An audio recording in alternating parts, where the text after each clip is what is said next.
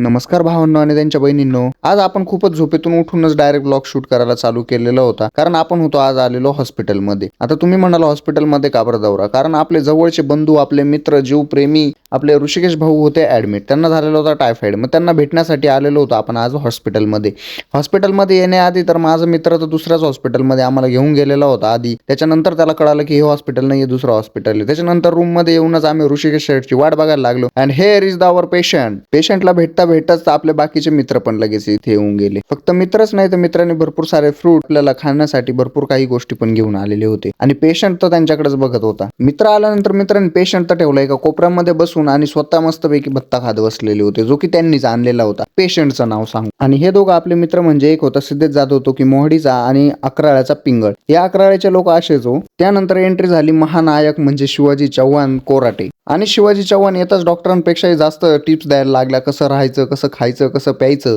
पेशंटला सांगता सांगता टिप्स शिवाजी शेठचं लक्ष गेलं पेशंटला आणलेल्या फळांवरती. मग काय ड्रॉवर वगैरे खोलून आणि मस्तपैकी शिवाजी शेठ लागले फळं शोधायला. आणि भरपूर काही गोष्टी शिवाजी शेठ सांगत होते पेशंटला. त्यानंतर पेशंटला घेऊन आपण मस्तपैकी बसलो गेम खेळत. गेम वगैरे मस्तपैकी खेळून झाल्यानंतर आपण निघालो परत आपल्या घराकडे.